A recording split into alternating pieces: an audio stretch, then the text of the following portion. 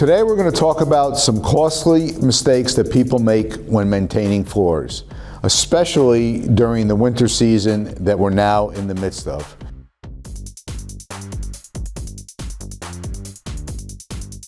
Very often people want to vacuum the carpets at the entryway to make sure that they're nice and clean. However, the problem comes that if there is moisture on these carpets, you cannot go ahead and use a regular vacuum.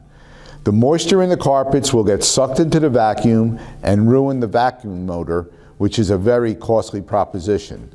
So if you're going to vacuum, make sure you use a wet vac or simply wait until the carpets are dry. The next problem comes in when we have some salt residue on the carpets. People go ahead and want to just rinse the carpets, but unless you use a neutralizing agent when rinsing the carpet, you are going to be left with salt residue in your carpets, which can potentially be corrosive and end up ruining the carpets. So, costly mistake number 2 is not using a neutralizer when you're rinsing the carpets.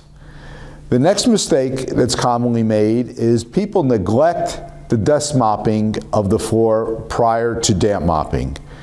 When we damp mop without dust mopping first, we potentially wet this debris or dirt that's brought into the building, causing and making mud, which again will take a lot more effort and time to clean up.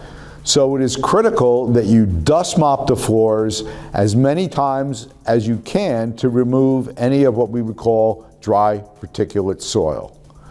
And the last mistake that people make is they tend to mop the floors with dirty water.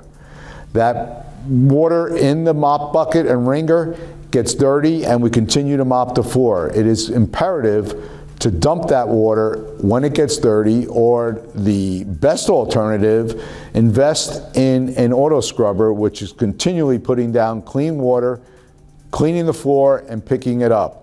An auto scrubber is extremely worthwhile investment as far as productivity and effectiveness.